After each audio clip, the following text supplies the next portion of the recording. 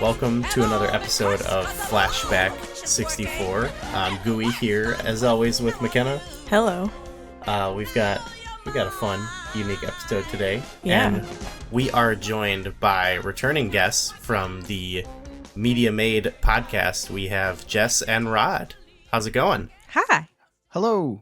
We're doing good. We are doing quite good in the wonderful, beautiful California heat. It is only 89 degrees. No, it's like 189 maybe in the house by the time we finish. But 115 outside. Okay, it's only 111. Calm down.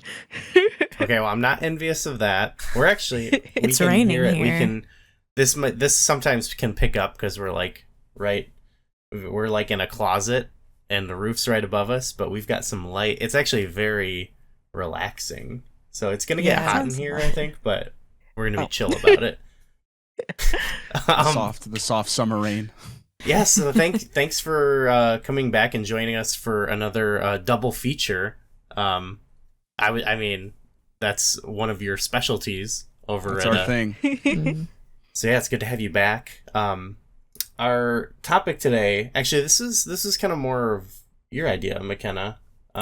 We have sort of like a list that's kind of written down and kind of in our heads of various, outside of gaming, like pop culture, 90s, early 2000s topics we want to cover. And this was more of your idea, and I thought what's the inspiration? Well, I can't totally take credit for the idea. It's I've been listening to the History of the 90s podcast, and they did an episode on 90s witches, and I thought it would be cool to kind of dive deeper into some of the like witch movies and shows and media that they talked about on that. And so I kind of went through and looked up a bunch of 90s witch media, and I tried to pair some of them up. Mm-hmm. And these two that we're talking about today are pre Flashback 64 era, but I thought it'd be fun to start with the beginning of the 90s and see how things changed through the decade. Yeah, they pair. I feel like it pairs well. They're both like, I guess, kids movies too. So and yeah, they kind of set the stage for what we're talking about. I guess the 90s. I mean, witch movies have existed for a long time, but there you get a lot of interesting stuff in the 90s, as that podcast has pointed out, and hopefully we'll uncover by going through some of these. But I gotta ask Jess and Rod, is this in your wheelhouse? Are you witchy? So on our show, we talk about movies year by year. Basically, every year we try to choose the movie that each of us has seen the most ever. And witch movies have shown up on our podcast several years because Jess loves witches. I love me a good witch. I love me a bad witch. I love me a neutral witch. I love me a witch in love drag. You a teen witch? I love me a teen witch, an old witch. I like them all. How many witch movies have we watched on our show? Oh man, well, I mean, I don't know if all of them have appeared on our show, because some of them it's like runner up. Yeah, we runner up. Almost made the cut. We definitely did Teen Witch and Kiki's Delivery Service. Yep. But like, do that. we always, if there was a witch movie that came out, I knew about it. Practical Magic. It's a good movie, even if it's a bad movie. I think that one's on our list, right? Mm-hmm. 98, yeah. We don't have Kiki on our list, do we? No, I think Kiki was brought to the US in the 90s. Yeah. Okay. But I feel did it come out before? Okay. We gotta. Yeah, I don't know. We'll have to add that. We're definitely going to do some Ghibli. Some Ghibli for sure. We'll have to be on the show. There's so many witches in Ghibli, to be perfectly honest, and any excuse to add them, do it.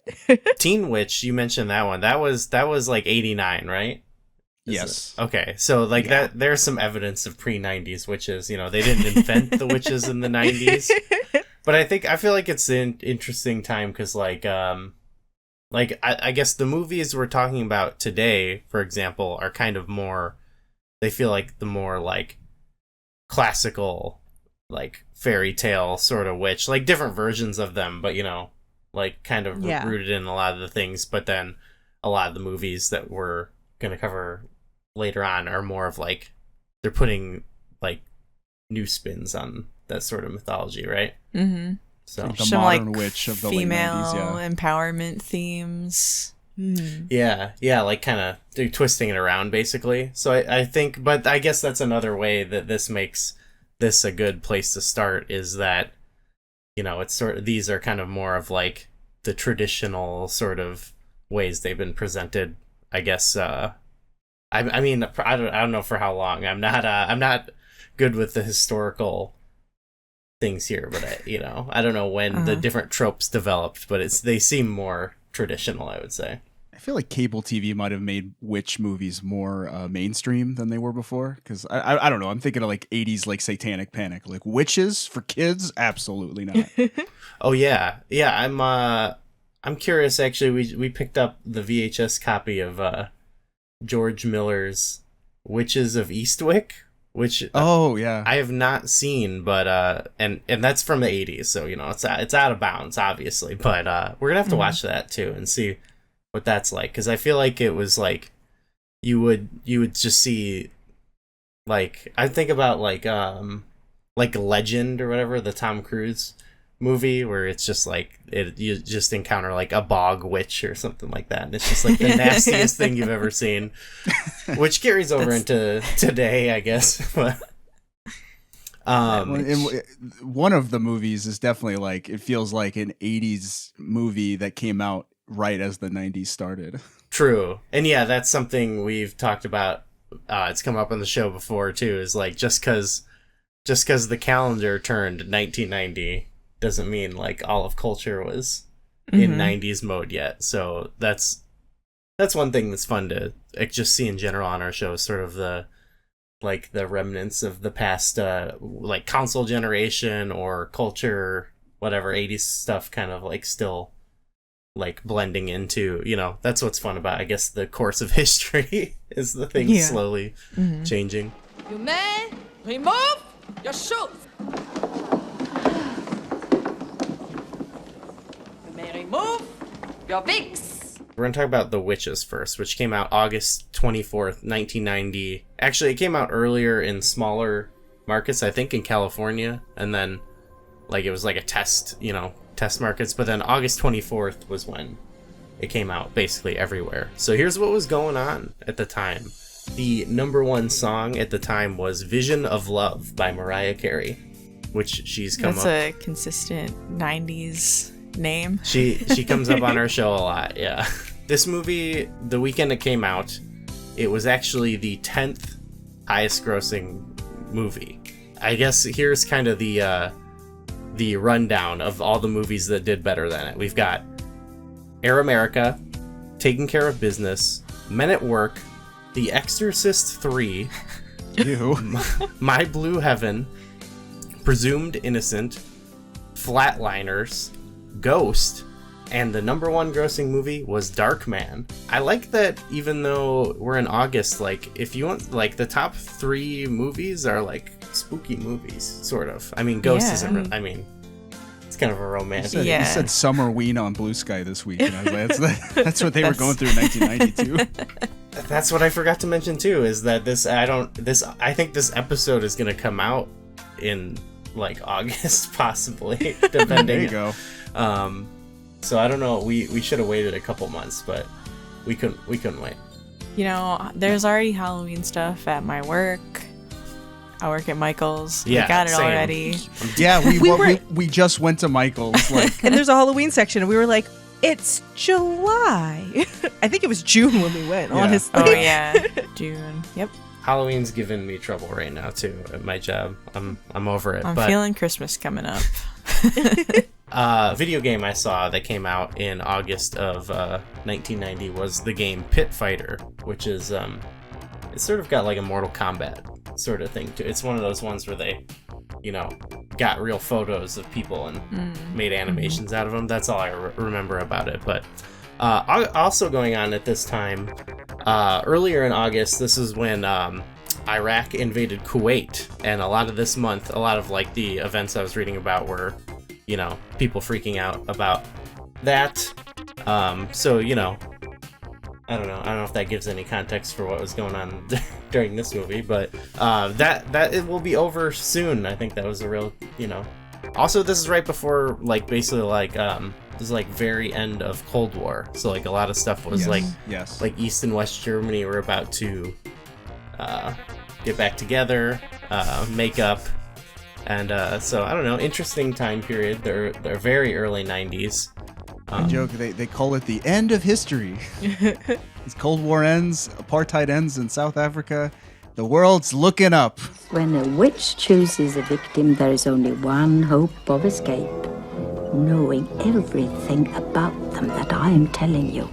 To kind of lead us into this, we're going to do what we did with our volcano episode. And McKenna, we got the back of the VHS box. We don't actually have a copy of this one, but McKenna's going to... This first one's kind of wordy. But I wanted to leave... It's a little fun.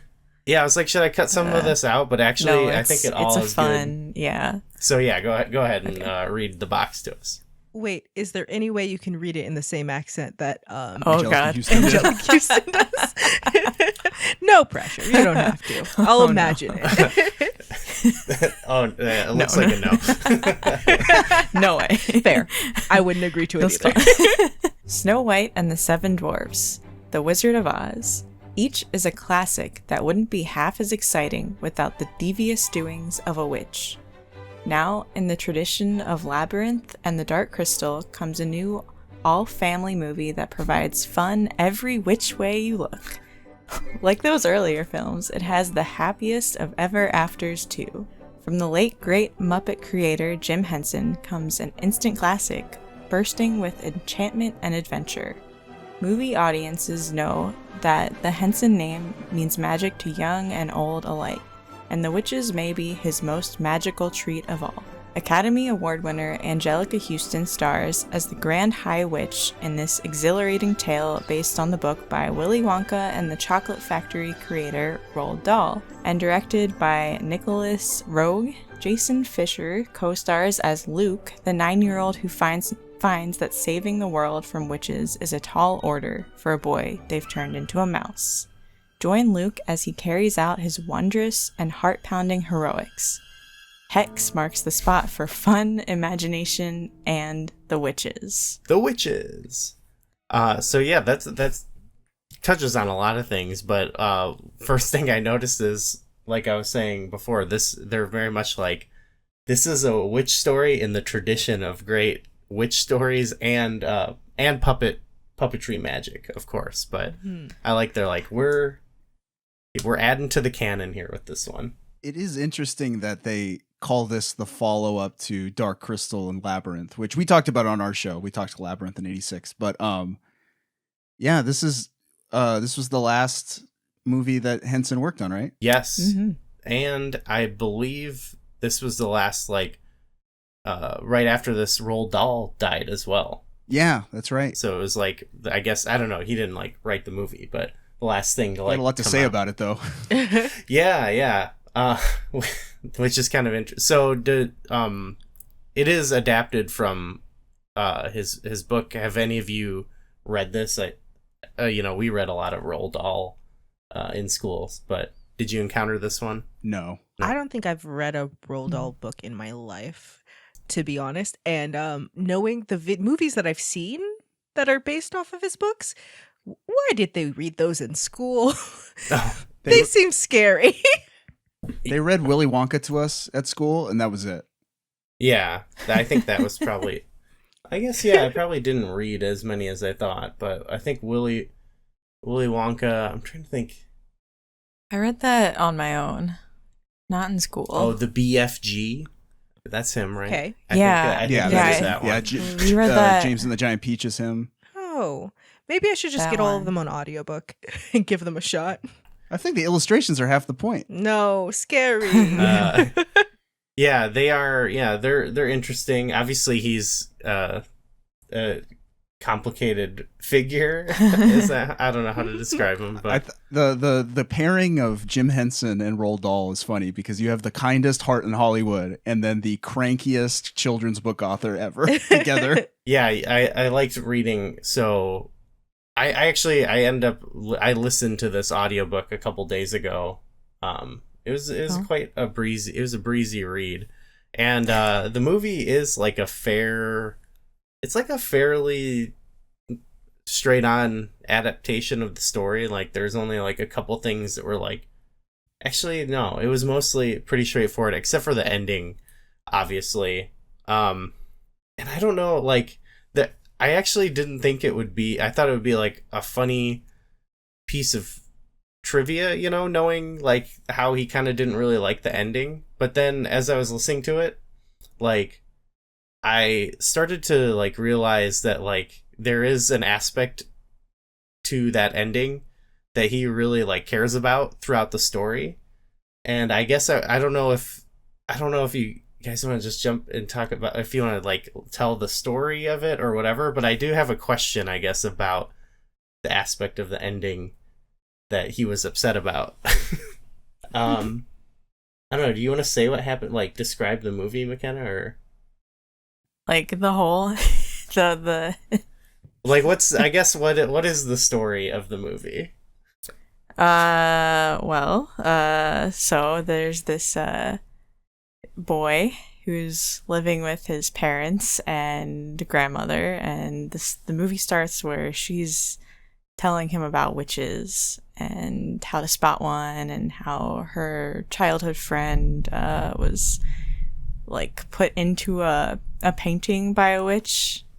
Yes, that permanently. Was very cool. Yeah, that was a really neat. Yeah, and so very shortly into the movie, parents die, and the boy's left with his grandma, who's diagnosed with diabetes, and then they end up going sort of on a vacation to. Yes, a little vacay. You know, it very 19th century doctor. Go to the ocean to relieve your sickness. Take some medicine and go on vacation, and diabetes will be gone. Yeah. So they just happen to go. They go to this hotel where the witches are having a convention. That's it's under the guise of what's the actual name? It's it's a prevention of child cruelty. I can't remember the exact name.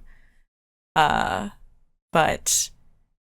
the real reason they're meeting there is that they want to get rid of all of the children in England. So, and the kid, Luke, that's his name.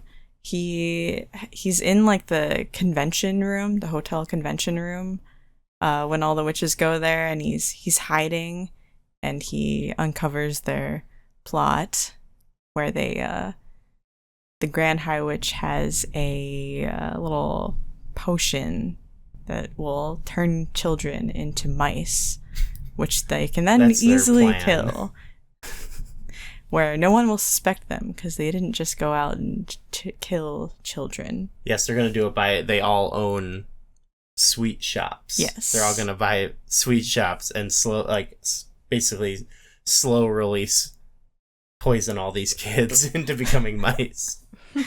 So they bring in a kid who they have given a chocolate to earlier that has this poison in it. So they have a demonstration of this kid turning into a mouse. Yes. And then Luke thinks he might be able to get away, but just as the witches are leaving, they realize that they smell something. Oh, yes, because they say the boys smell bad. Yeah. Yes. Or little kids, I guess, right? They don't even say little children boys. smell Just bad. little boys in this case. Okay, well, so I guess we should then, let's just talk about then, I guess, the portrayal of like the what, I guess, Rod and Jess, what did you guys make of like just the general portrayal of like the witches in this movie? Both, obviously there's a lot to say aesthetically, but also just like from a story perspective. Well, Angelica Houston, who plays the Grand High Witch, is just the most. She is so camp. And she owns it, and I think that's one of the things that I liked about the two movies we watched. Were that when you play a witch, you have to play you have to turn it up to 11 and be as theatrical as possible. So she was great, and I felt like all her underlings, all the other little witches were they were also very flamboyant, but in a subservient way. I like the hierarchy. I thought that was fun. From a story perspective, like the lore that they created about this particular world of witches, terrifying. I think I really enjoyed it. I thought it was really not just well done, but really well thought through, of more than just witches don't like people. They specifically don't like children because children smell terrible to them. And so they want to wipe the world of children. And what do they just murder a bunch of kids? No. Instead, they do horrible spell-like things to them, like trapping them in a painting in their parents' home, so the parents know they can never find their children, but somehow the child is always there. They can never speak to them again. They must watch them grow up and grow old while never having any contact. It's very insidious. It is creepy. It's so scary and creepy. Like when you sit there and you think through it, I'm like, oh, that's why you homeschool your kids. They're never allowed outside in case a witch puts them in my dollar store painting that I got from a thrift store. I thought it was really well done because I think it makes it something where you would actually fear the witch aspect of it, because there's just a lot of times where you'll watch something or you'll read something and they'll say, oh, she was a witch, and that's the reason she's evil. Just that's it. Like, well, what has she done? Because I could say that is a human, but if I haven't done anything bad, it's just a person. So I really liked the way the story painted them, so that it fed in even more to the campiness and the acting of the group, because it was like, oh, that's horrifying. They're sinister, and the fact that they're so nonchalant about it is even more sinister. Yeah. Yeah. They're I like what you're saying about because it feels like it sort of does add to the lore idea of witches, but while still, like I said, being rooted in sort of it's even in the book, actually, the way it's written, they talk about it what a witch is. He's sort of talking to, it's writing he's talking to you.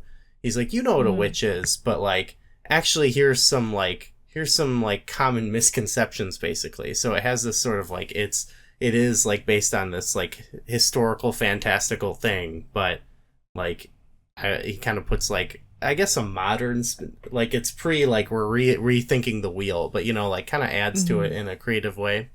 And in the book, even it is a little scary because there's a part where he's saying your teacher reading this to you might even be a witch. And oh man. And he says, oh no.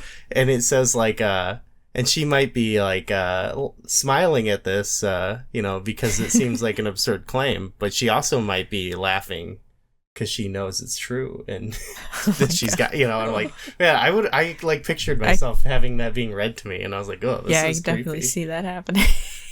Roald Dahl, you're a menace. Mutiny in the classroom immediately.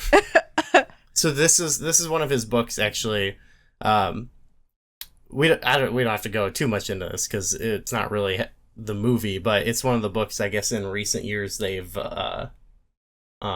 revised, the company that releases it, to make it more modern or whatever. They one of the things I read about was they in the book, it actually reminds me a lot of Harry Potter, where when they're describing a lot of the bad people, they talk about how disgusting and ugly they are. And so in the book, they're just and all witches are they're bald. Ugh, it's horrifying. You know what I mean? So they've changed that in the book a little bit, but there was stuff like that came up that it made me, I don't know, it made me think about how Roald Dahl and Ian Fleming were good buddies. Oh, really? Yeah. What's that? Roald Dahl, he wrote a Bond movie, didn't he? He did. He wrote one of the most racist ones, actually. He wrote Oh, no. You Only Live Twice, and then Fleming penned the screenplay for Chitty Chitty Bang Bang. So it made me think of that because there's a whole part where he's like, and this will tie into the whole witch thing of the 90s, but he's like, and all witches are women. I got nothing against women, but it's just all witches are women. And I'm like, okay, dude. But then this is even funnier. He goes, just like all ghouls are men. I was like, whoa. Mind blown. I was gonna say, I like that the witches are so grotesque because that is something that's kind of unique to this movie. Like I don't know, like with the Henson creature stuff. Like, oh yeah. All the women when all the witches come to the ballroom and they all sit down and they're gonna do their little presentation or whatever, they all tear their wigs off. Yes, and it's just a bunch of like hideous bald women. Not just they have like a bunch of makeup on and they all got like purple contact lenses in and sores and blisters on their heads. It's almost like body horror because we're told that they don't have toes or something. Yes, yeah, they don't have toes. There's a lot of like very specific things about them. Mm-hmm. And then they're so excited about just being grotesque. That's one thing that's great. Yeah, is like they love it. Yeah, and that helps. I like what you said, Rod, about, and this is true of both movies, where they do pick like high caliber actresses for both these movies in like the lead witch roles to really like sell you on it. Yeah, they really love it. But yeah, I don't know. That was interesting in the book. Like it did stick out to me. But it was very whimsical. That's another way. I don't want to talk about Harry Potter too much, but it just did remind me of Harry Potter in the whimsy of it. But this will connect to bring it back to Nintendo 64. It had to like, I don't know, they had the Banjo-Kazooie whimsy, like Gruntilda, like style witch. Oh, that's a great 90s witch that we're gonna actually hit on. So that'd be we'll definitely have to do like specifically a video game witches episode. Yeah, there's no hexen. There's no witches in that actually. There's only wizards. But yeah. Anyway, we'll get like Twinrova eventually. Yes. So the boy gets turned into a mouse in this movie, and they go on their little mouse adventure, and eventually they poison all the witches and they get moused, right? That's the gist of it. Yeah, they get in with their own medicine. So we could go back and hit upon things, but there's one just thing with the ending that I was thinking about. In the ending of the movie, there's after they do it, you see him. He's living back in their home with his grandma, and he's a mouse now, and he's like, I like being a mouse or whatever.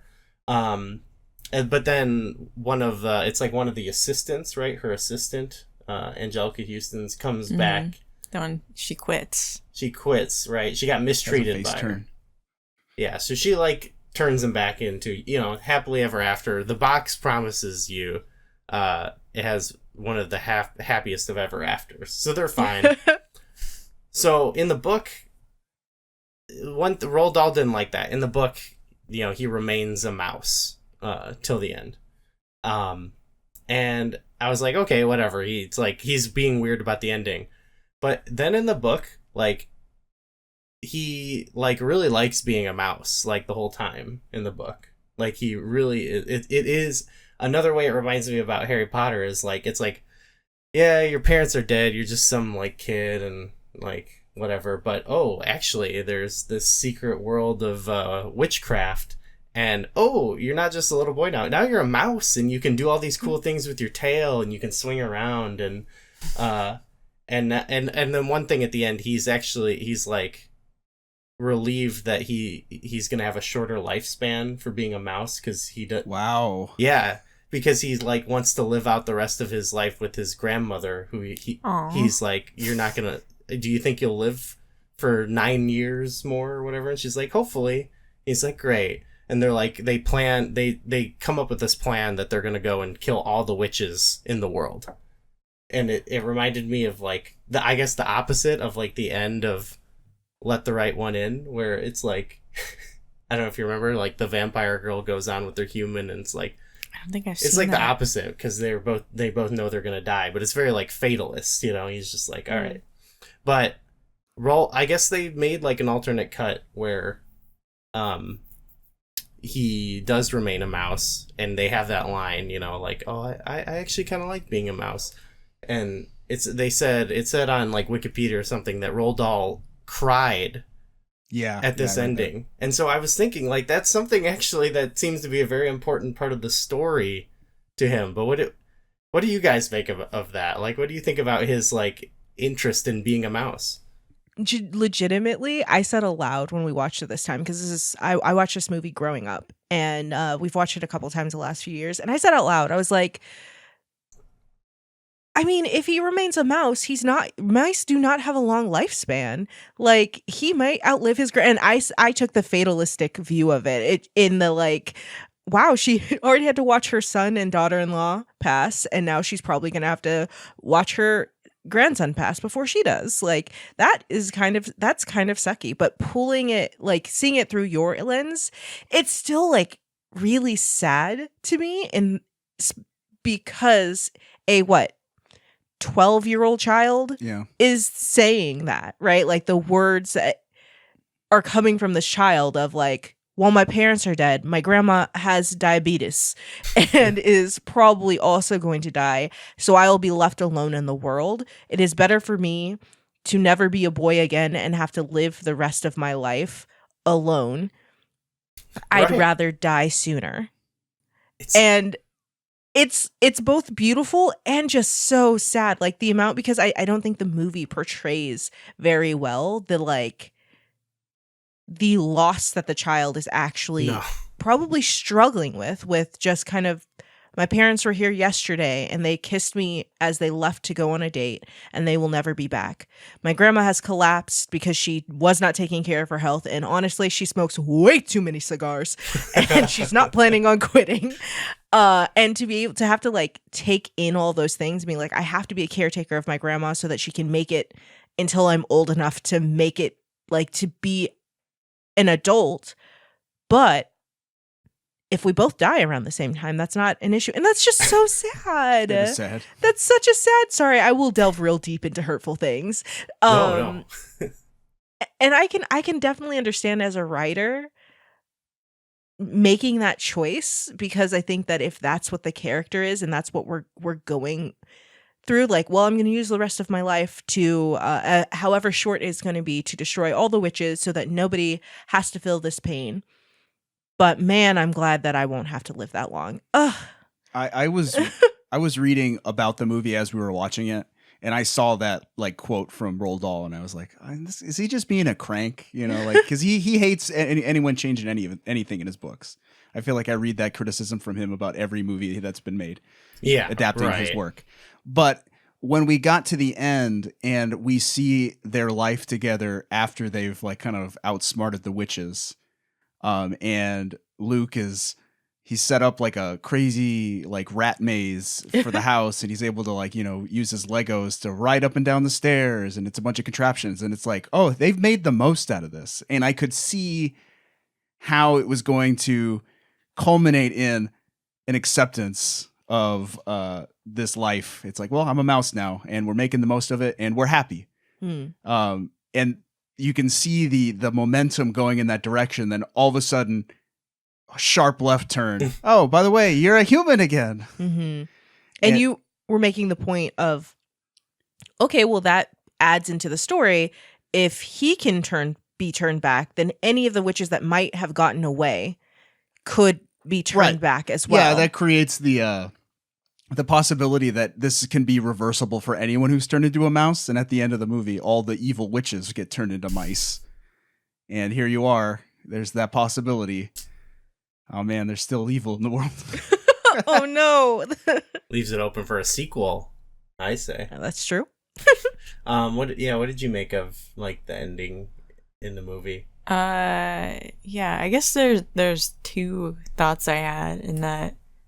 One being that him being turned into a mouse is like almost like escapism for him, where he's not having to deal with like the bigger life issues, outside of this isolated witch thing.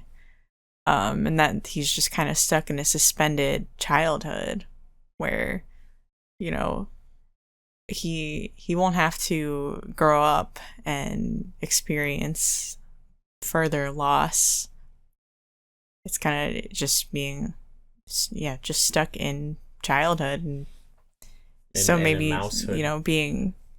being changed back into a boy is like, okay, now he can grow, he can get past this. Okay, so you can move on, yeah. And I guess the other thing, I don't know if this is in the book at all, if you saw this, that the implication that the witches aren't inherently evil. We saw this one witch change her mind. She's not evil. She changes it back, and they're talking about possibly going to America to find a witch that will turn him back. So yeah, no, in the book, I straight up, I don't recall, but I'm pretty sure there is just a line that is like, all witches are evil. And actually, I should add to what I was saying earlier. He says they're also not women. He just says they look like it, but they're not. They're also like not women, but they always present as such, I guess. They're like mythical beings. Right, yeah, they're like a goblin or something, Mm-hmm. But no, yeah, in the book I'm pretty sure. So actually that's one thing, is they say in the book they do have the implication that you said, Rod, where they're like, but it's just straight up, they're like, well, we took out the head witch, so it should be good. And his grandma's like, the book is like them describing their next plan, and so like they don't actually execute on. They're just like, okay, she says, sitting back at the witch castle or wherever it is, there's probably another, head witch just ready to take her spot. So, what we're gonna have to do, and it's kind of convoluted. They're like, we're gonna call. She's actually said, I called the local police chief from the hotel and said, they're from Norway. She said, I'm the head of police wherever in Norway, and I'm investigating this thing. Do you know the address of the woman who was staying in this room? And they're like, surely he wouldn't just freely give you this information. She's like, nope, I convinced him that I was the police. Okay. And then they say, okay, well, surely, he says, but surely, Grandmama, the witch wouldn't give like the actual address to like witch headquarters, like to the hotel. And she's like, why not? Like, no one thinks she's a witch.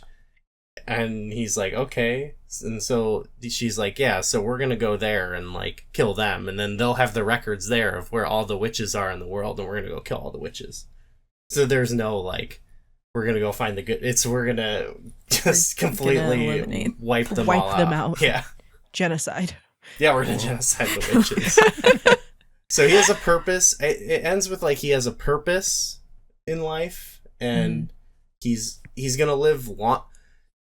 They say, he's like, what are mice lifespan? And she's like, 3 years. And he's like, oh no. And she goes, well, don't worry, you're a special mouse boy, so you're gonna live 9 years. And he's like, oh, that's good, that's long enough, but still like not too long, which is weird, like to be like, but also sad in the way that you were describing, Jess. And I think it did give the story like the most like in the movie it felt a little bit just like hand wavy, I guess. Like there were some implications, the ending, but in the book it did, even though it's kind of the saddest possible way of looking at it, it felt like the most, I don't know, like emotionally real or something. I don't know how to describe it, but it spoke to me a little bit. To give Roald Dahl some credit, I think he was going for something with it.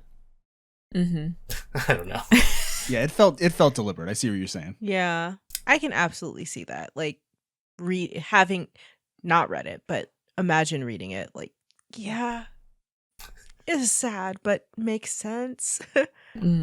But something you mentioned, Jess, and usually we start a lot of our conversations here, though. But you said you watched this a lot growing up. So this was this a big movie for you in your childhood?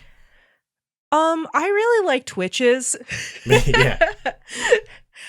And this was one of the ones that would play all the time. It wasn't huge. And I will say, I think I saw I had it on tape. We had satellite TV. And it was on more often than you would expect, like this and Labyrinth. And a lot of the movies that are my movies from the 80s are movies that were just on because I had unfettered access to HBO, which is a thing you should not give a child. And I know I didn't catch the beginning a lot because I remember when we watched this, not this time, but the most recent time, probably in like 2020 or 2021, I had completely forgotten about the like, let's put this child in a painting aspect. And I was like, oh, that definitely would have freaked me out, but also makes sense as to why I don't like objects that are human shaped. And stare back at you. Yeah, I don't like it. They're very scary. I don't like statues. I don't like mannequins. I don't like pictures that are mostly just people, like paintings that are mostly just people. Terrifying. Doctor Who did not help that either. Yeah. Geez, yeah. But I think that like one of the reasons I would watch this as a kid when I would see it on is the idea that there is something out there that is a society of something different, like so very different that I wouldn't even be able to comprehend, right? Like how to handle such a situation as a very normal human girl, you know? And I think I just really enjoyed the idea that somebody could stumble onto such a plan and find a way to defeat an enemy, you know? Yeah. It was just one of those things. Like I also watched like Sabrina the Teenage Witch a bunch, but those were very like teen problems that weren't that big of a deal because it was so episodic. But things like this movie kind of were like, there are always going to be big things in the world that feel very out of your control that will affect you and your family, but there are always ways that you can overcome those things. I think that a lot of the movies from this era that kind of had some kind of foot in that door really drew me because I just really find it necessary to find hope in tragedy, I guess. Like just death in general at that age. Like, so I don't know. It's kind of heavy for I think a lot of stuff when I was like 4 or 5 years old, watching stuff like that and being like, this makes me feel a way, but I don't know how to describe it. Right. Rod, have you seen this movie before? So we just mentioned it. We watched it a couple of years ago, like on Halloween, and we started watching it, and I was like, I don't think I've seen this. And then as soon as the mouse stuff starts, as soon as he's turned into a mouse and they have little mouse adventures, I was like, I have seen this. Like they showed it in school. Oh, okay.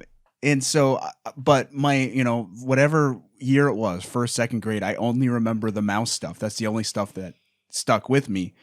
Not the nasty which is witches. Weird because watching it now, I'd imagine if I had, like, I guess it didn't happen, but I would have thought that if I saw the witch transformations in the ballroom where Angelica Houston is ripping her face off to reveal her hideous, like, witch face, I would have been terrified because I'm terrified when I watch it now.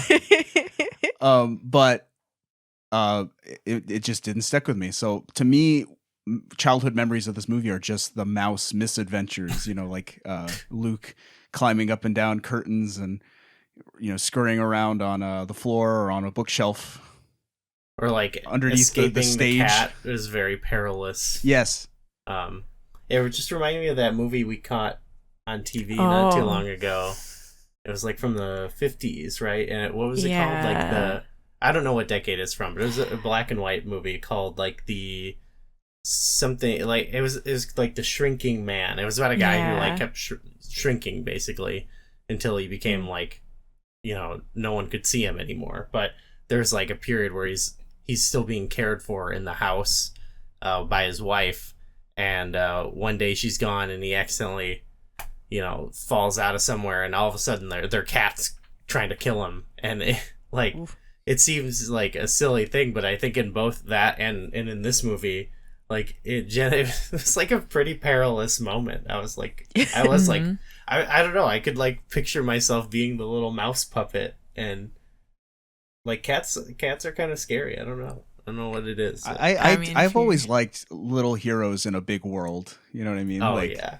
Tiny in you know, normal house size, but you're really tiny. You know, so you're, you know, trying to navigate a world that is to us normal size, but for them is humongous. I like that. Very fun. Yeah. Did you see this one? Have you seen this movie? No, that was my first time watching. I think. Were you terrified?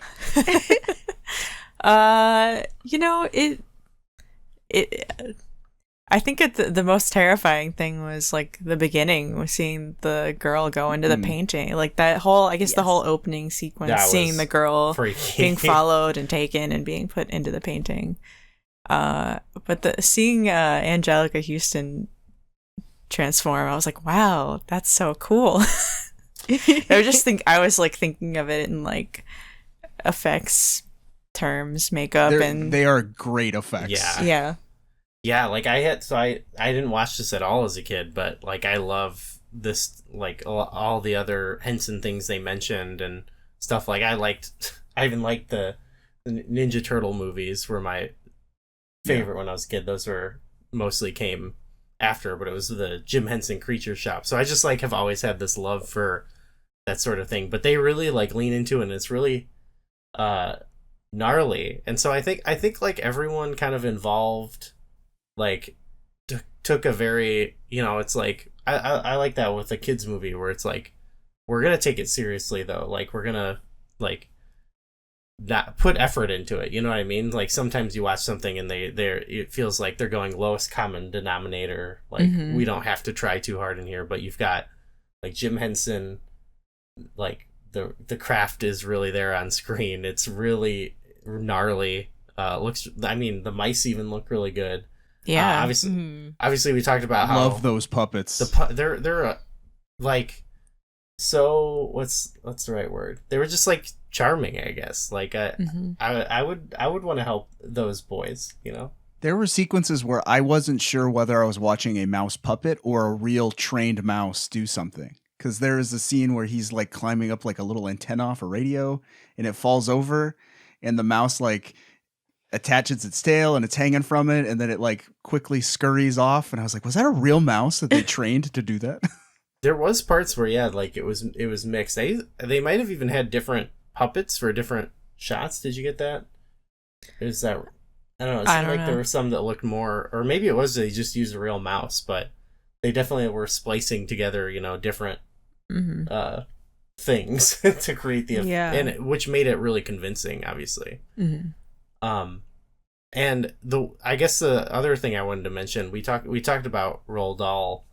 Obviously, like he cared a lot about the story and everything, but I just wanted to also just credit like the director of the movie, Nicholas Roeg, who I was looking. I felt like I should have seen any of his other movies, but I had not. But it felt like too, he both, you know, you talked about how the movie is pretty camp or whatever. Like I feel like he embraced that while also like kind of giving it, like it was scary at the same time. And I think that's what I mean. Like I like that it's like it's for kids, but it's like we're gonna make it zany, we're gonna make it goofy, but like the tone was a bit unsettling at the same time. It was both like whimsical, silly, and scary. I mean, I wasn't that scared, but feels like it respects the audience. Yes, which I like in a children's movie. He just had a lot of fun. There's a lot of fun, sort of like just like the tone of it felt. It was like very like it helps like a lot of kids movies like very like 90 minutes and they're like paced really quickly. But I think like kind of giving it sort of, there's a lot of these weird shots and like this kind of like energy to it that makes it like really, you don't really notice how like fast everything is happening. It just fits the vibe of the movie. I'm gonna have to differ with you on that one. Oh. I do agree that the movie definitely doesn't take kids for granted. I think it treats like McKenna said, it treats kids like adults, like they're not dumb, like they're able to handle even spooky stuff. But I was like, when did they turn? Because we kind of dwelled on the hotel stuff, and Luke hadn't turned into a mouse, and I was like, when does he turn into a mouse? Oh, okay, it's taken forever. And I was pretty engaged with the big monologue that Angelica Houston does, but towards the end I was like, this is dragging too long. I want to see him become a mouse, and it doesn't happen until 50 minutes into the movie. Okay, well that's 50 minutes. I felt that too. I was like, when is this gonna happen? Is it gonna I'm gonna be honest, I didn't know he turned into a mouse. Like I didn't know that happened in the story. Okay. So Okay. Because I was waiting for them to get to the fireworks factory. I was like, come on.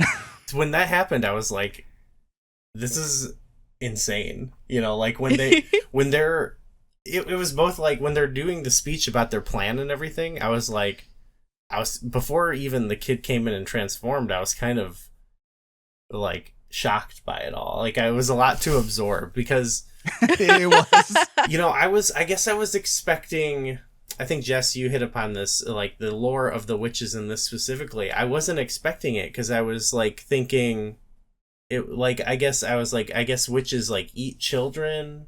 Like, I think of like Hansel and Gretel or whatever. Like they want to fatten kids up and eat them because they think they taste good, or like in Hocus Pocus, they need them to revitalize themselves or what, And in this, I was first just shocked by the fact that they're like, we just hate kids and we want to kill them all. And I was thinking like, wait, you're going to kill off your food supply. I was just like still assuming witches wanted to eat kids. And I immediately got it. Like, oh no, they hate kids. So then I was shocked by that. And then they were like, we're going to buy these sweet shops. And I was like, okay, so you want to attract kids, and then like I'm like, this is real time as they're saying this, and we're gonna poison them and turn them into mice, and I was like, whoa, like this is a big brain idea. So I can see it if I'm watching it back. I probably want to see the mice, so it might take on a whole new thing, but I was watching this almost with the wonder of an 8-year-old child, where I was like, whoa. I love that. It truly was like, I don't know. I guess it's overstating to say I was shocked, but I was delighted, honestly, by the twist it took, like not knowing any of that stuff. Mm-hmm. It was very fun.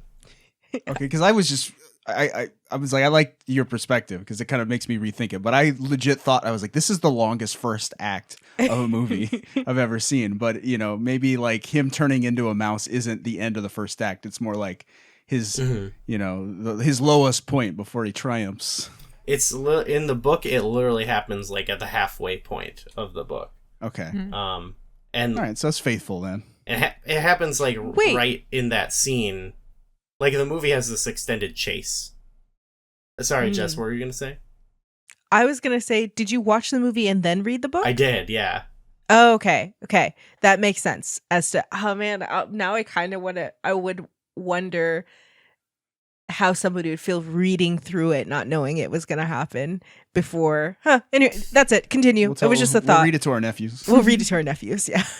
I was like, I will say, like, I wasn't. It's only now in retrospect that I feel like in reading the book that, like, towards the end of the movie, where like really the story of the kid in the movie, what's his name, Luke, like really made an impact on me. I was more blown, just excited by the lore of it all and like their plan and everything.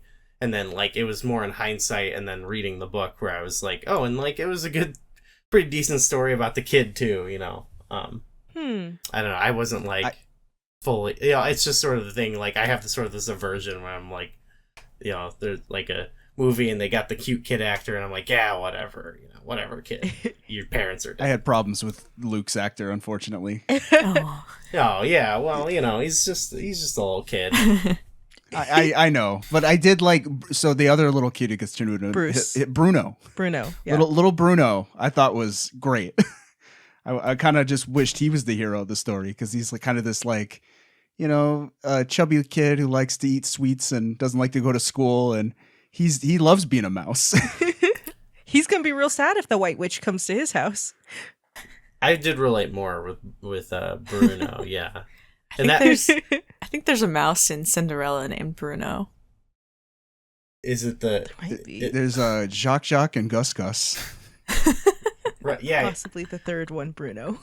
He does. He likes being a mouse. I don't know. I can't remember. Not like now. The book is just more fresh in my mind. But in the book, like when they get turned in, he gets turned in the same room as him, and Luke's trying to convince him. He's just like chowing down or something. I can't He's just remember. doing the same thing he does Right? as a human boy. Yeah, and he's like, but you're a mouse, Bruno. And he's like, no, I'm not. He does. He like says, no, I'm not, and he has to like convince him that he's a mouse. Yeah. And I'm like, that would totally be me. Like this happening. I'm like, it's fine. It's fine. You're like, I'm not happen. a mouse. Like that cheese is 3 times your body size. Do you remember cheese being that big? It's just a big cheese. Okay, so the kid is all right, but the rest of the cast, I think we talked about. Angelica Houston was awesome. She sold like she was obviously perfect casting for the head witch, but some other I wanted to mention just with the camp sort of element. Bruno's parents I thought were very funny. They were funny, especially when they they had to freak out about the kid being the mouse, and they're like screaming or whatever. I was like, I guess she's afraid of mice, right? But I felt like it was a bit of an overreaction. Yeah. Like if someone showed me it, like it would be one of the weirdest things to happen, but I would probably just like get away from them instead of sitting there. Yeah, I'm like, oh, there's a mouse. I'd be like, yeah, this is weird, and I'd probably peace out, But they're just like, they're going crazy. They're losing it. Who else? We had Rowan Atkinson was in the movie. Oh, yeah. so good. And he had a storyline that he was like sleeping with. Yeah. With one of the maids. What was up with that story? I don't know. Was it in the book? It was just, I don't think so. I was very confused as to why we were having this B plot. I guess it was just to show his girlfriend she uses the potion as like a perfume, and it gives her like rat skin. Oh, yeah. Oh, that was gross too. Yeah, there's like some gross like horror things in this, and I'm like, this would definitely have kept me up at night when I was a kid for sure. I was saying to Jess, I was like, is this how Rowan Atkinson got the role of Zazu in Lion King? Because he's just doing that like maitre d' voice. Oh, like, he's very proper. Yeah, I love him. I feel like he's shown up for us a lot lately in just like random 80s movies. Like before he was like, well, I guess he was on like Black Adder or something, but he hadn't gone full Bean yet, He hadn't? What year was? I don't even know when Mr. Bean started. Jeez, well, I guess I have sort of a warped thing about it because you'd watch a lot on like VHS. He's Mr. Bean 1990. 1990. So I think same I read year. in the trivia that this was like Bean. right before. Oh, okay. Because I think the film was delayed a little bit. Yeah. So he hadn't started that yet. Oh, okay. So he was about to go full Bean. Yeah. I always thought Mr. Bean was like older than that. Like it was like an institution. But there you go. He's a young Bean. I would watch a lot of like random tapes of like British stuff when I was a kid and like have no concept of when it came out because it all looked like old to me. Like Monty Python and Mr. Bean were like to my young mind like the same thing, I just want to say the actress for the grandma, absolutely wonderful. Oh, yeah. But the character, crazy that you would just go up to somebody and say, I've got your son in my purse. He's a rat, and not expect them to freak out. She was just making some decisions that I was like, ma'am, hold on. But she killed, like she like slayed it. Like her acting was so good throughout. It was a really great like focal point to balance against Yeah, she was fun. Luke. Yeah. There's like that scene that actually reminds me, there's like that scene plays out slightly longer in the book. I don't remember exactly what they say in the movie, but they have more of that element about, like, Bruno's parents are like, they're like rich shitheads, right? Like, I love the part Yes. like where they're like trying to get the soup, the mouse soup, you know, and they're like, no, it's not for you, and he's like, I want it anyway. But that scene in the book, she goes to him and she's really trying to be like, can you, like, you, let's go somewhere private, I gotta tell you about her son. And he's just like, where's my fucking son? Where's that piece of shit? He's probably stuffing his face. He's like, you know what, if he's done something, just tell me about it. And she's like, no, come on, let's go up to like your room or whatever. And she's like, okay, I've done my best, look. And then it's like, she still shows them, but it's like, she literally is like, She tried. I tried. But yeah. Okay. I did like her a lot in the movie. I get, and like, she's a lot of what the like exposition like relies on and stuff like that. And she does a good like, it's a sort of translation of like telling, there's an element of like sort of telling the story to a child. Yeah. And she does that really well. The beauty of her character that I really like the most is she treated Luke as an adult, in like brought him in on her grief when you see after she's gotten the news about the death of his parents, and like brings him in, doesn't like shut him out, has him like help in decision making, and like kind of keeps alive that idea of like, yeah, I was taught about witches when I was a kid and I stayed wary of them. I taught my kids about them, but obviously they did not teach you, so they don't believe it. And this idea that like when you grow up, you don't have to leave behind these things that you learned, or this kind of magical knowledge of like magical or bigger things around you. You can still operate as an adult with these things and like be aware of your safety and yada, yada, yada. I think that does a lot for Luke's character in how he, even as we go to the ending that it's supposed to be, how he decides, well, this is what is for best. Let me stay a rat or a mouse. Those are different. And do these things to hopefully save the world. I don't know. I just really liked the character of the grandma and how she represents a kind of adulthood that facilitates the story. She's like the only adult that's not cynical. Yeah. Yeah.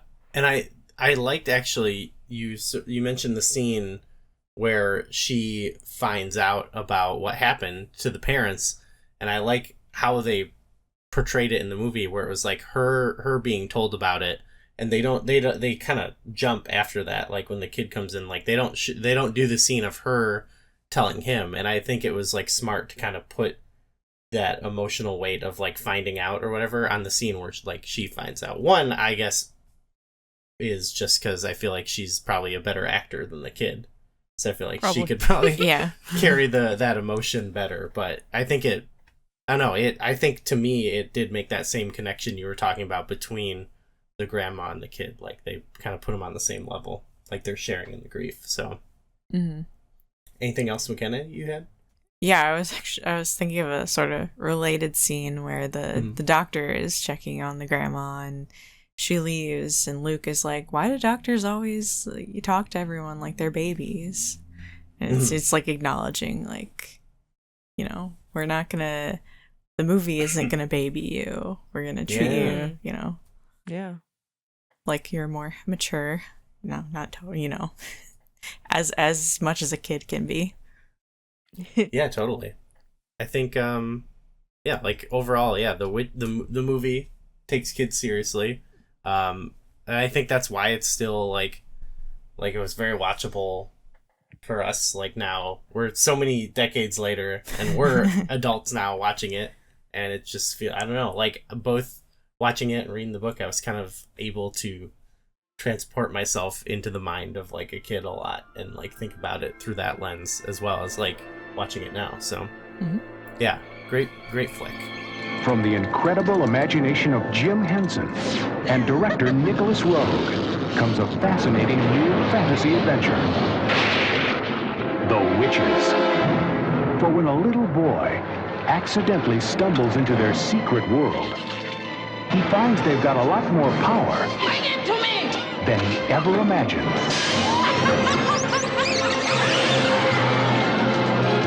Grandma, it's me, Luke. Luke. They turned me into a mouse. Oh, my. It was the Grand High Witch. Join Luke on his remarkable journey. Now, the witches are on his tail, Whoa. and he must scurry around their evil plots, Ow. squeak past every danger, finally setting the trap Whoa. that will save the world from the witches. You are in for a treat. We must stop them. Hocus Pocus. Okay, another mini flashback we have. It came out July 16th, 1993. Number one song at that time was Weak by SWV. It was the fourth highest grossing movie at the time, so did a little bit more. This one, I think, also garnered a lot more popularity after its release, but the movies that beat it the weekend it came out were Jurassic Park, which had been out for a while at that point, I think, or at least a couple weeks. Then In the Line of Fire, and the number one movie was The Firm, which I don't know if I've seen that, but anyway, Hocus Pocus, it did all right. Another Summerween. Summerween, yeah. Summerween. So maybe it came out in like a couple days or a few days next week from when we record this. It came out. So it also came out 2 days before Super Mario All-Stars on the Super Nintendo. So Oh, man. good time to be a kid. Okay, McKenna, we got the back of this one is a bit. This one there's actually multiple boxes that I could find, but they're all about like the same length. They're more brief, but I feel like they really, the other one had so much history and different different master craftsmen that they're bringing in on this film, whereas here I think they really just need to sell you on the leads. So Yeah. it's more to the point. Sorry, go ahead. You're in for a devil of a time when three outlandishly wild witches, Bette Midler, Sarah Jessica Parker, and Kathy Najimy, return from 17th century Salem after they are accidentally conjured up by some unsuspecting pranksters. It's a night full of zany fun and comic chaos once the tricky 300-year-old trio sets out to cast a spell on the town and reclaim their youth. But first, they must get their act together and outwit 3 kids and a talking cat. Loaded with bewitching laughs, Hocus Pocus is an outrageously wild comedy that's sure to entertain everyone. Like I was saying, this one it was even more like I probably have seen this movie like a billion times. Like I feel like it was just... Same. Okay, are we all in that? Like Yeah. Okay, yeah. Any specific memories you have with this, or is it just, for me, it's just like that it is so all-encompassing of my childhood? I don't remember watching it for the first time, but I definitely remember watching it, like, and noticing more things about it as the years pass, like getting certain references that I didn't get as a kid. Yeah. Just, I think, appreciating it more over time, I think. Yeah. How about you guys, Rod, Jess? Well, I was a Disney kid. This aired on the Disney Channel every year. And like to me, in a lot of ways, like Halloween from my childhood is very much like kind of tied to the Disney Channel, because it was like 30 days of Halloween or 31 days of Halloween, and they would show a movie every night. And sometimes it was like a Disney Channel original movie, or sometimes it was an old theatrical film like this. Or sometimes it was just like, here's a collection of Disney shorts that are Halloween themed, like the skeleton dance and all that stuff. Oh yeah. So like I watched this movie every year for probably the first 10 years of my life. And yeah, it's kind of just one of those, like, it is Halloween for me. Yeah, Yeah. totally. Yeah, I think I'm in the same boat as with McKenna, where I definitely don't remember the first time I watched it, but I can remember watching it with my sisters and getting up and singing. I put a spell on you. I have two younger sisters, so it was very easy to just put ourselves in the moment. You're the and Winifred. Of course, I'm the Winifred. I am the most powerful. And yeah, I think the memories I have are just like of goofiness. That this was definitely before I knew what camp was. This was, the camp in my life. Totally. Yeah, I'm similar where like I didn't initially have Disney as a kid, but I think by the time it probably rolled around, I was still very young, and I had a similar experience to what you were saying, where like every time I watched it, like, well, not every time, but over the years, like when I first watched it, I was probably the age of the little girl in the movie, and then like Danny. Eventually, I was like a teenager. I was like the kids, and like now watching it, like we're like the age of the parents in the movie. And so like I always had, like, every time I watched it, I guess, like slightly different perspective, and like understand, like, also the understanding of it as like sort of camp, or like the type of humor would change over the years. First you're laughing at things you don't even know why, and then I think there was probably a period of time like where I was like, I think because it came like later on, it became such a household name. Like now they make, like, every year for Halloween we have decorations that we sell at my job for it, which at the time it wasn't this popular movie. But I think there was a period of time where when it became a Halloween classic, where I had that sort of, we talk about it with Elf. You don't like Elf? Yeah, I don't love it. And you have sort of this thing of like it like annoys you because it's like all over the place, and it's like it's not that good. Like I think I had that about Hocus Pocus for a while for some reason. Like I think like I don't know. I saw it and I was like, there's some of the jokes in it are like so stupid, but like I was watching, I was like, oh yeah, like it's like they like that's the joke, like.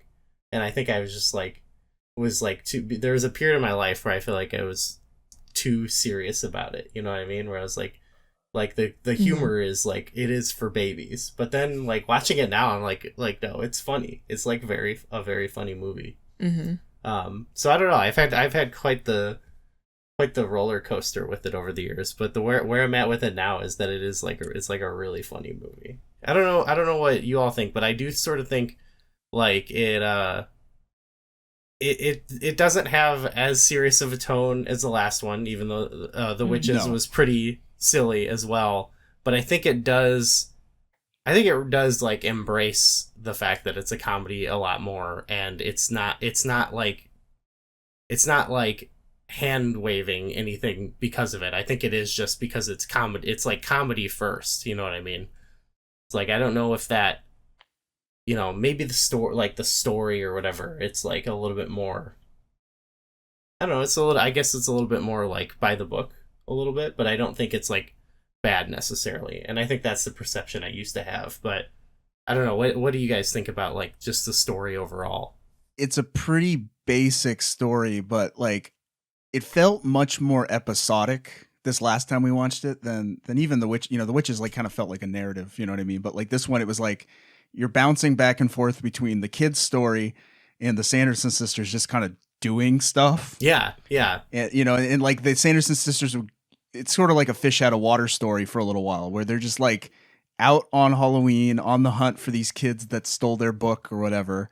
And they just get sidetracked by something silly. Yes. Like, oh, we're at the bus stop and a bus pulled up, and let's get in the bus.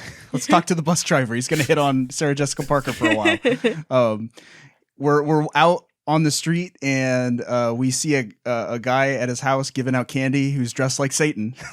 Right. Must be Satan. That must be him. That's Satan, our master. Let's go talk to him. I think and he'll invite us inside. that's exactly what I mean, though. Like, when I used to watch it, I would be like, this is stupid. Like, why is this happening? Like, it doesn't make sense. And now I watch it, I'm like, oh yeah, this is like a skit they're doing.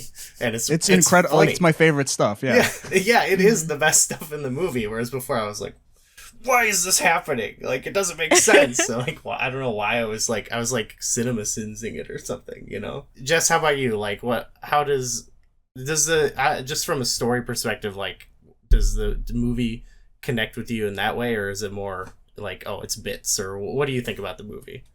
I think I will always try to find the story. Yeah. Because otherwise I will sit here and cinema sins the whole thing if there's no like specific story being told. I think it is very much a simplistic story told from like the kids plot of I'm new to town and I don't have friends and that girl's hot. And though I do think the best part of at the kids portion, and I wouldn't say the whole thing, but a good portion is the little girl. I really enjoy Dani and just her reactions to everything, her sassiness, and the way that she is kind of the driving force that is gluing together these two stories. So I thought that they did that very well.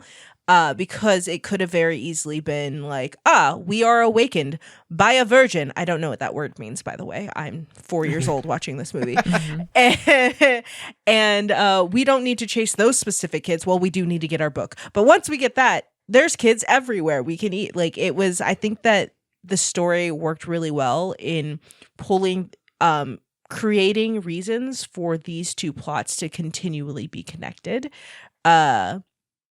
Definitely. In ways that are reasonable so that you could get the silly bits that the witches were doing, but also the, kind of cliche story of the kids running around as well.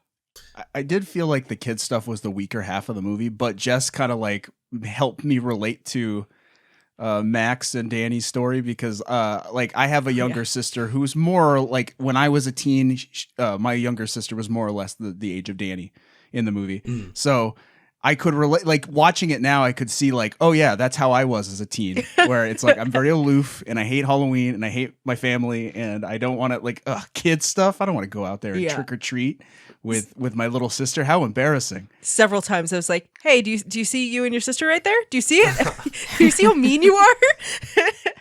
And the movie is like in a way like them reconnecting, because they're kind of, it's implied that they used to do this every year and they used to love each other and something changed. I like that, having like, you have like emotional footnotes happening for you during the movie. Yeah. I think I was able to kind of think back because like when I was young and watching it and I around that age group, like some of those things did feel like, especially like you said, McKenna, like learning more about what some of the stuff means, like the word virgin, as you were just pointing out, like they say it so often. It's pretty funny every time they say it, but it did actually, I like thinking about it, like that element of the movie, like for like a sliver of time in my life, like did carry like a lot of weight. You know what I mean? It wasn't like, I don't know. It was a similar thing to what I was saying about like, where I was like trying to think of comparable media like that made me like kind of made me think as a child, even though I didn't fully understand it. And this was like definitely a movie that where I was like when I watched it when I was like really young, where you think a little bit about like, I guess like growing up and sexuality and stuff like that. You know what I mean? Where you're like what does it mean to like be into girls or guys or whatever, like what does that mean to like think someone's hot? Like, so I don't know if that's like really something they're like trying to hammer home, or if they're just saying it a bunch, like saying the word virgin a bunch as a joke. But I don't know, it did like kind of, it did like, I don't know, it made an impact on me for sure. You mentioned like learning about more things as you grew up and watching like, it, right? Particularly the bus driver when they say Oh my God. we're looking for children, and he says, well, it might take me a few tries, but I think I can get you there. And I remember just like being a kid and being like, what does that mean? What, you just gotta drive by kids and you'll see them. That's not like something that takes a few, like, do you have to go stop at multiple bus stops? And then eventually I was like, oh. But also, this is not like this is sort of a different comedic thing in the movie where, like, 99% of the movie, it's funny because the Sanderson sisters are from the 17th century and they don't get a lot of the modern things.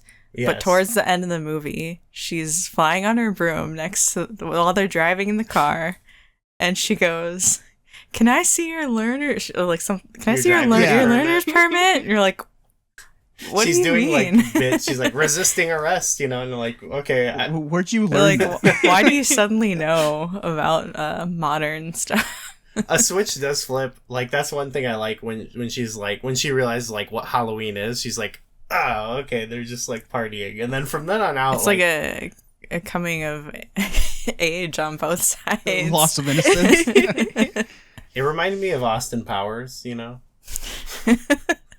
We're just like trying to figure out what's going on, but I guess it's centuries removed instead of decades.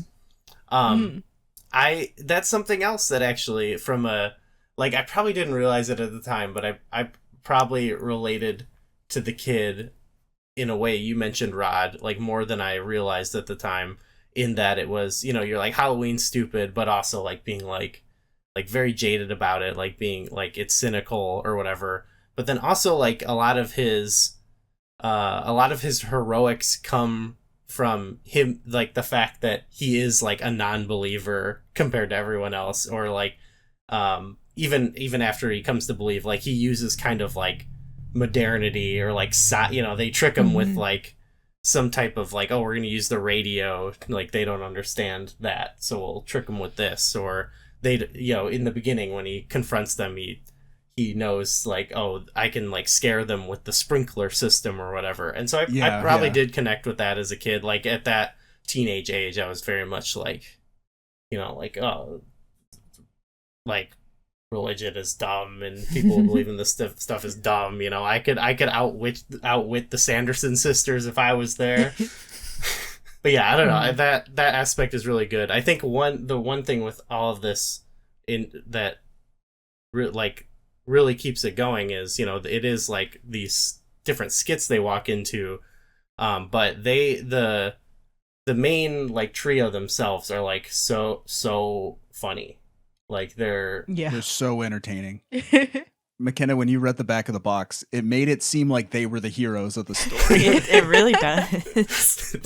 They really are. You kind of like, I don't know, you do start to like root for them. It becomes less funny when they aren't being tricked, but you are sort of like, okay, they got it. Yeah. They do set them up at the beginning. It's like, oh, they're evil. Oh yeah. That's like the scary. It's like the witches. Like, the beginning is kind of the scariest part. Yeah. So yeah, what do we think about, like, this is what I was saying for the witches. I guess why I was like, at first not quite sure what was going on, was because I think this is what was in my mind, is like the classic witch. It's just like, these old hags who are brewing potions in a big pot, and they just want to eat children for, I could accept X, Y, and Z reasons, but it's got that like Hansel and Gretel vibe at the beginning. Like, they're luring a child into a little cottage where they're brewing a potion.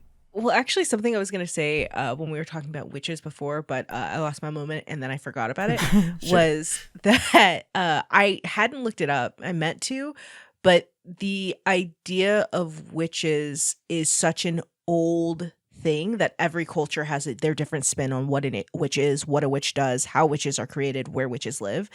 And so I was like, oh, I should look this up to see because they were in Norway? In the witches. And I was like, oh, I wonder if this is like if any part of this is like a Norwegian folk tale about what witches are. That's like a Hans Christian Andersen Norway. That I think that he's Norwegian, and then Yeah. I don't know where the Grimm brothers hail from. Me neither. But in comparing these two, right, when like hearing you say like, oh yeah, my idea of like what a classic witch is Hocus Pocus, one, because you grew up watching that one, Yeah. but also the idea like that is set in Salem, and it's a very Americanized puritanical version of what a witch is interesting. I had no other thoughts. I just wanted to say those words. Well, no, it is interesting, and it's something I thought about a lot, especially the way they portray it in the movie, because I guess I can't think of other examples right now, but I'm curious as like it's interesting because it's like when we talk about the witch trials now, we obviously know that witchcraft wasn't They real. probably weren't witches. Well, at least I don't think so, but I like that in this movie it's like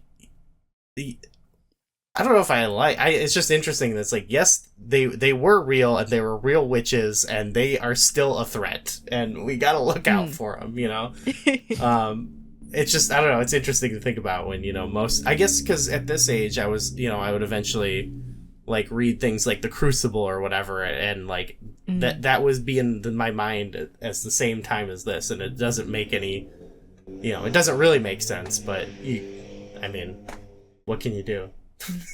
Yeah.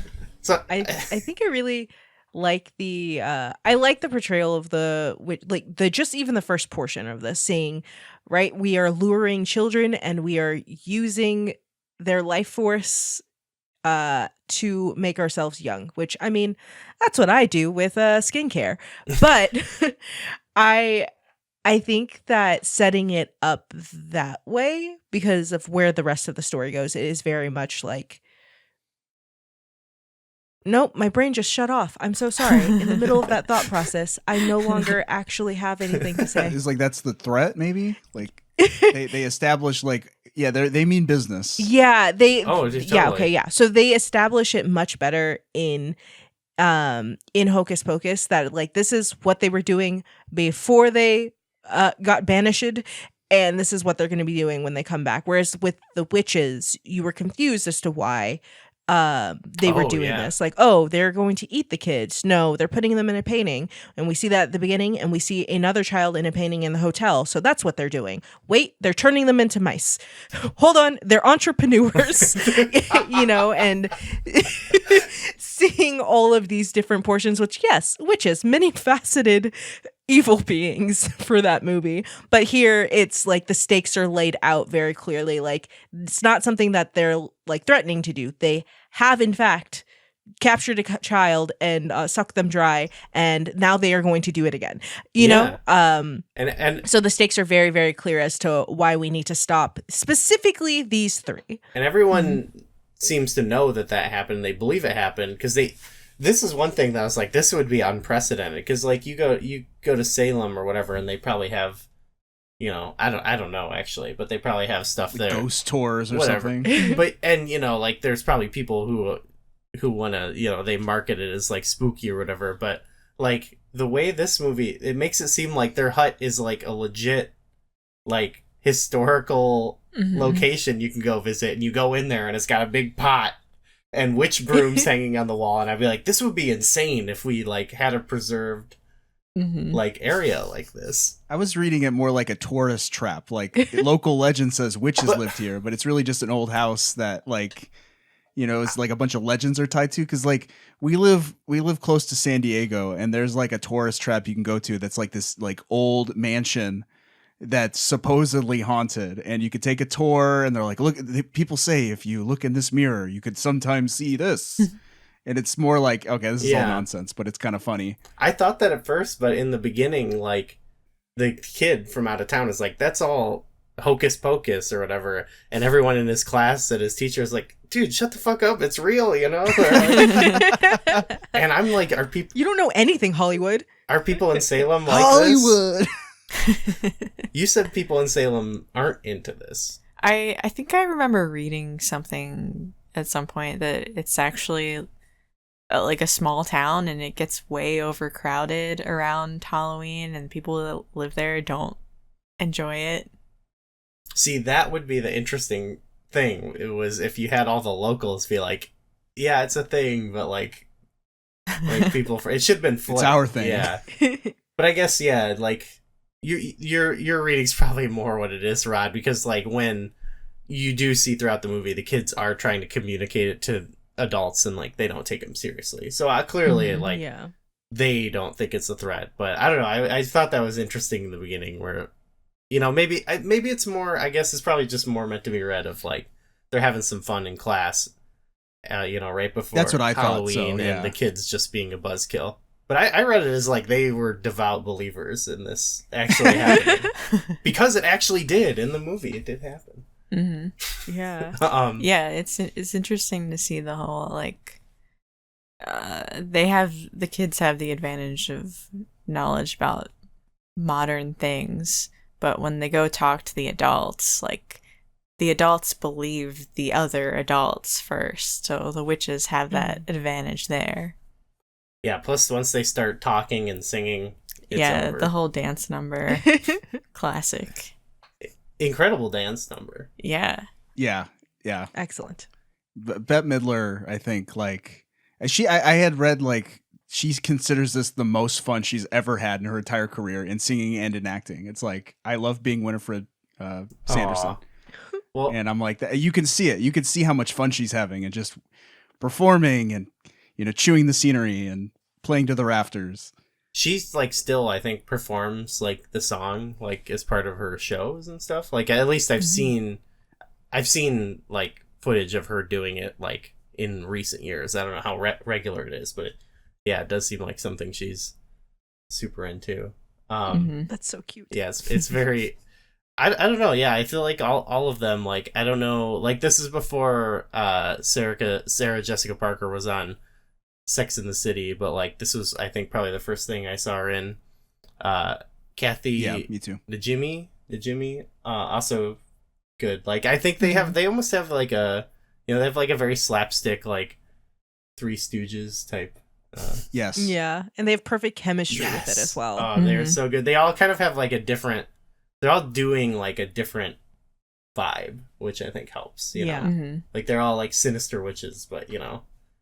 One of them's... But it is like Three Stooges, because like they're smack at each other and like, you know, hit one in the gut and like, ooh. Yeah. Yeah, the way they sell a lot of the humor really well. I'm just thinking of like good bits I like, but I'm still stuck on one that always it's still with me is when they go to the guy's house who's the devil. Like that's the one, like I said, that would make me rage. But one thing I came to appreciate about watching it the second time was like the whole thing. I was like, is this guy like a swinger or something? Like, and his wife's not into it, you know what I mean? Like I was like, it used to make me mad, like why does he invite them in? Like, why does he want to dance? And now I watch it, I'm like, oh, yeah, he's just, like, a weird old guy.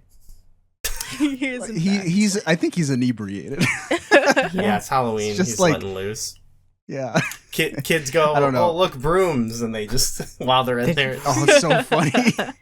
And then, like, I think right after that, like, or right before they see Satan, there's like a little girl who's dressed like an angel, and she runs up and just says, "Bless you!" Oh, and they're like, and they freak out. Yeah. It was fun learning later, you know, not when I was a kid and didn't know who they were, but that's Gary and Penny Marshall playing the couple. Yeah, Laverne and Shirley. Oh my god. I didn't know that until right now. Yeah, that's perfect though. There's a good it's a good like cast. We've got some people show up we like. What's his name? What's the zombie dude's name? Oh, Doug Jones. Well, yeah, I was thinking, what's this? Billy. Oh, what do we call him? Like Billy Bones? What is it? Billy something.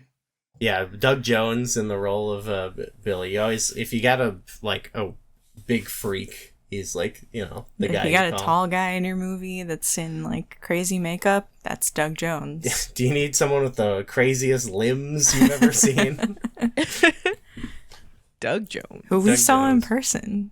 We saw him from a distance in person at a Star like Trek a convention. But short distance. You can see him. You can. It's like, whoa, he really is tall.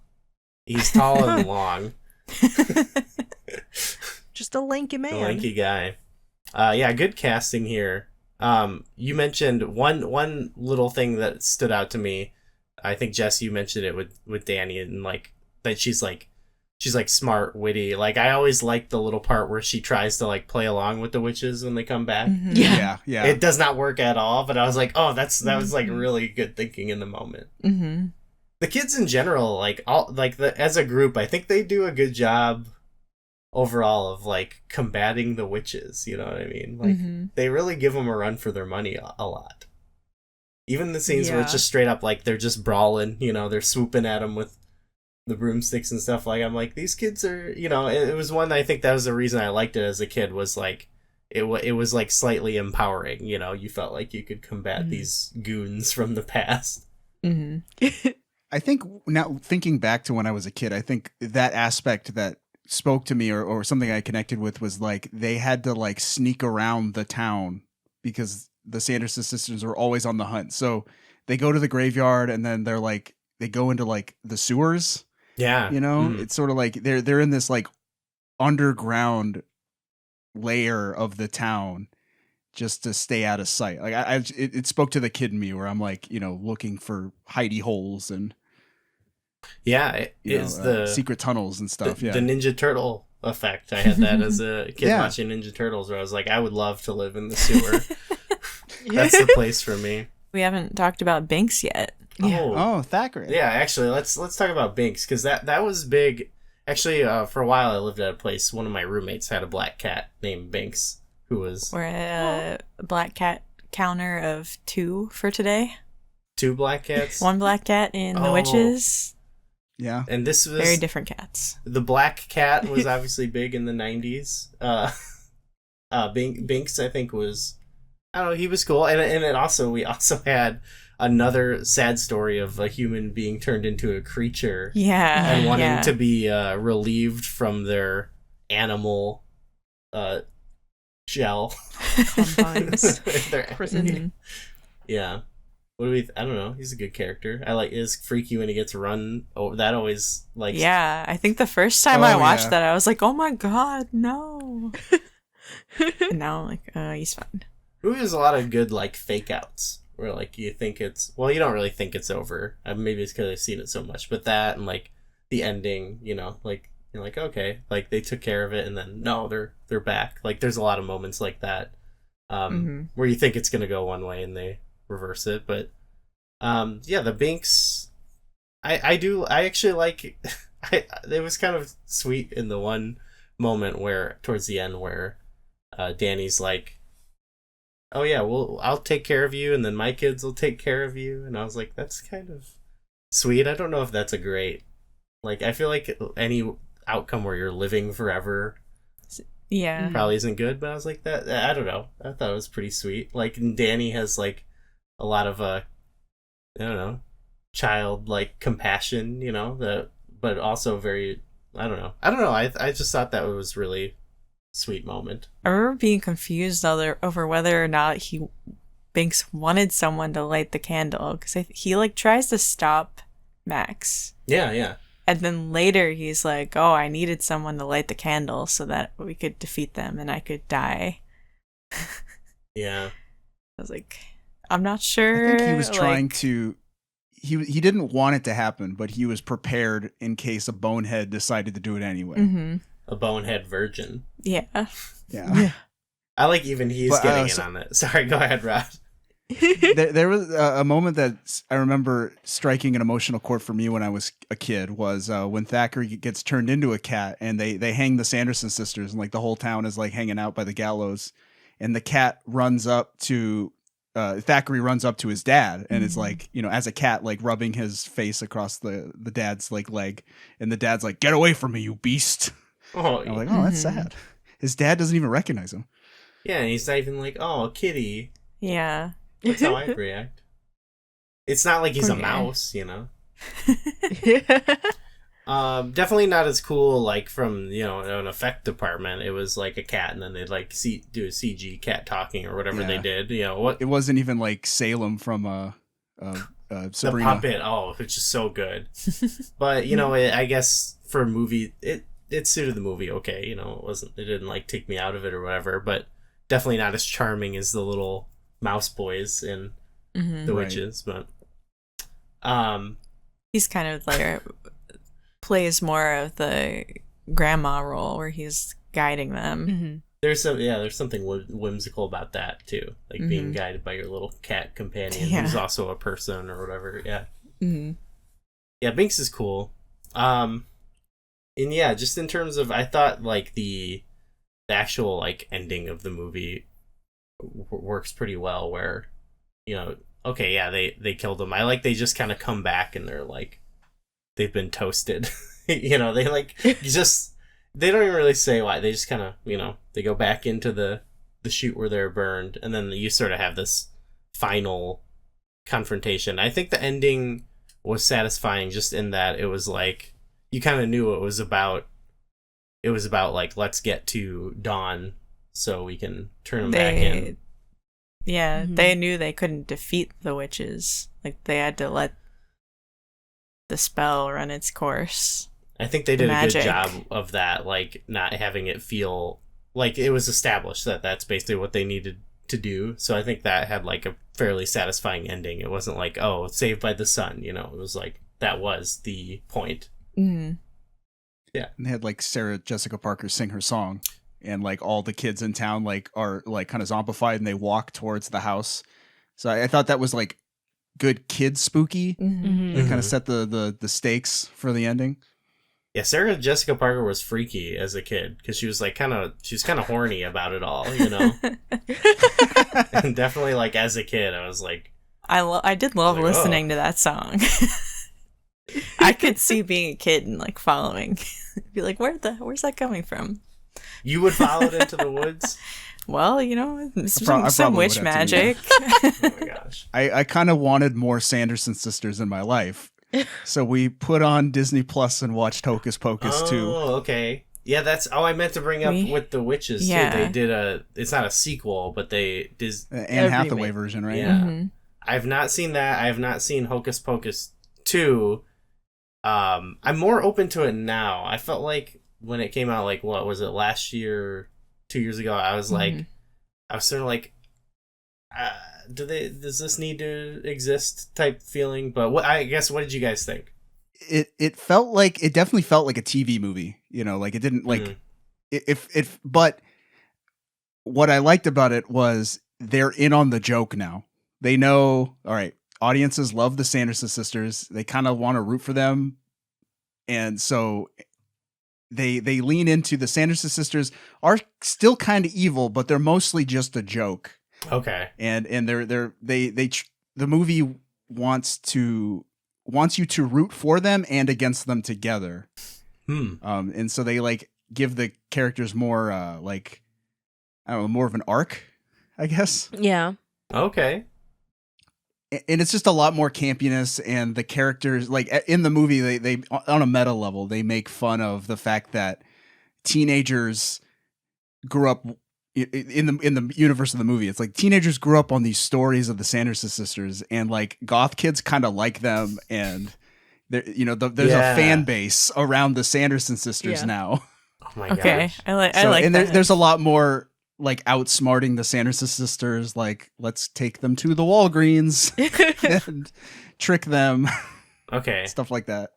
I guess one thing that that could be good, because I think one thing that I was sort of hesitant about, I compared the movie to Austin Powers, and one thing I like about that movie is that it's fish out of water, but then after that there's 2 more Austin Powers movies, and it's like that element is lost, and I feel like it was like the thing that held the movie together to me. Oh, there's plenty more in Hocus Pocus too, especially like more millennial, like modern teen stuff, like Gen Z humor, like Okay. Like the Sanderson sisters have to come up against the TikTok filter. They don't know what to do. Oh my gosh. Yeah.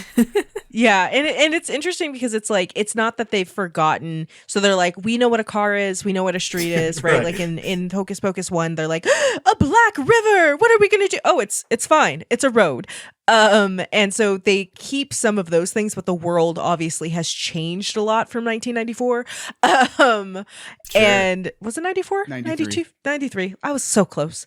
And so it is still really plausible.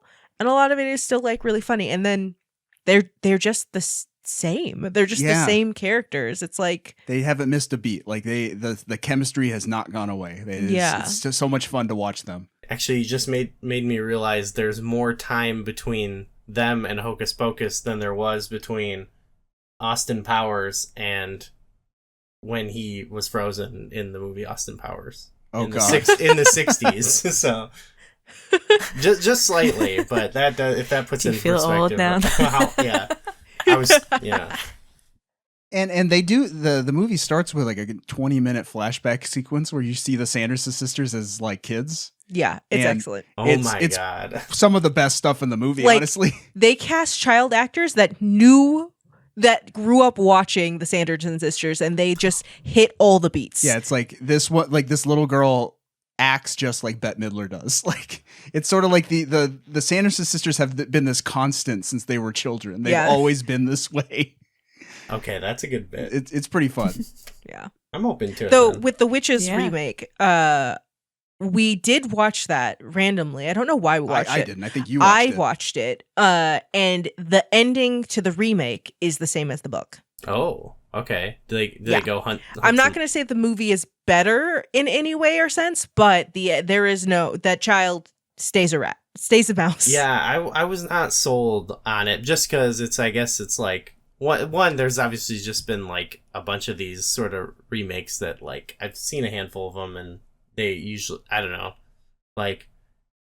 I'm not that interested in those. I do I like Anne Hathaway a lot. Yeah. But I also know there's I not going to think- be cool Henson puppetry, which is a big and seller. I think that's the thing. It's the Meister CG and I think even hearing you say earlier where they've rewritten the book so it's not they're ugly. Like it's really difficult to make Anne Hathaway ugly if you're not going to put a big old mask on her. In the same way, Angelica Houston, like we had to take off her face because there was no way we're going to be like that's a hideous witch. So that's different. Okay. As well, which is just kind of like that loses a little bit of the luster of it. I would definitely say that Hocus Pocus 2 is a better follow-up than the Witches remake. I think the fact that like the original movie is already like not taking itself that seriously, it leaves itself open for more, like if you're gonna follow it up, you could do a parody of itself, like I totally see that. We should watch Hocus Pocus 2 soon. Yeah. I'm like, I think you guys really sold me on that. with like Hocus Pocus 2 and the witches when I went through and made like a list of witch media, 90s witch media to check out, I found that a lot of them had reboots or sequels within like the past 10 years. Mm-hmm. So we've kind of had like another witch era recently. Mm-hmm. We're back in our witch Like era. everyone our age is now old enough to start making movies. Right, and that comes back around to why now, like, there's, like I said, at my work, there's Hocus Pocus Christmas ornaments you can get. There's Hocus Pocus yard inflatables that you can buy for Halloween. Like, it is now, like, even though, it wasn't a big hit at the time, it's, like, it's pretty massive. It's, like, one of the biggest Halloween things I can think of. Walt Disney Pictures presents Bette Midler. Hello. Sarah Jessica Parker. Would thou dance with me? And Kathy Najimy. Hocus Pocus. Into the night! They love to fly. And it shows. Good night. Sleep tight. No screaming. Rod, Jess, thank you so much for joining us for this one. We want to do some more witch pairings, but it was a pleasure having you back. Is there anything you want to promote? Well, you can definitely listen to our show, Media Made, on your podcast platform of choice. We're on Twitter. We're on Blue Sky and in Instagram at Media Made Show, I believe, right? At Media Made Show on Twitter and on Instagram. At Media Made on Blue Sky. And we just recently put out our music of 2006. Mm-hmm. We talked to Anamanaguchi. So if you like video game chiptune music, there's that. And the And? new And the classic Oh, crime. I was gonna say the new How crime. dare you? Classic crime, which is like a very mid 2000s rock album. I was just listening to that today, and also at the very end, I wanted to second "Make Damn Sure" as being a really good song. It is a really good song. There's a really great video of Taking Back Sunday performing that live, and like it's when they're at their peak. And what's his name, the singer? He's doing the thing where he's whipping the microphone around and catching it and singing it like like this, like kind of sideways, and he's really a showman. He's really like a great front man. And I know that wasn't the subject of the app, but you just evoked that video. I'm gonna go watch that video after recording. I'm gonna watch it too. Yeah, they were like, oh man, they were so good. But he can't. They got to play those songs tuned down now because he can't. Actually, I think their rhythm guitar player hits a lot of those notes now because those are. Oh. When you're that age, you think you can sing, you can shout your head off for the rest of your life. Not the truth. Anyway, yeah, thank you so much for coming back on the show. It was a lot of fun. Thank you. Yeah, thank you. Thank you for having us. Yeah. Do we want to promote me? What do we want to promote? We got our links. We got lots of things.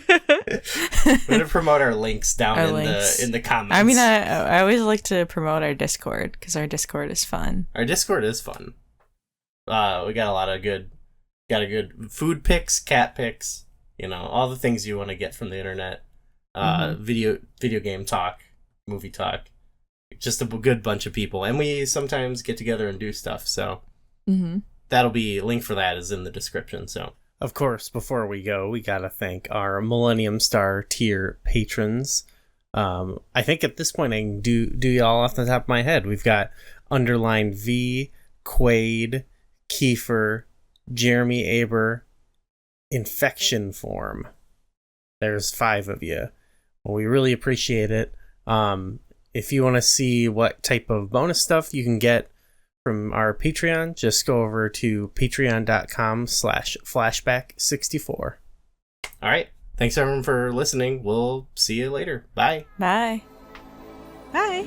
Come, little children, I'll take thee away into a land of enchantment.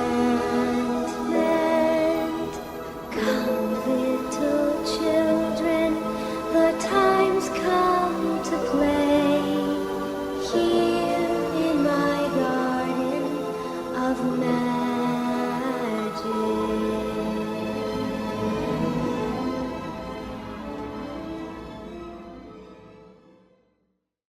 Bye. Okay. Jess is looking at me like, you're not going to say it?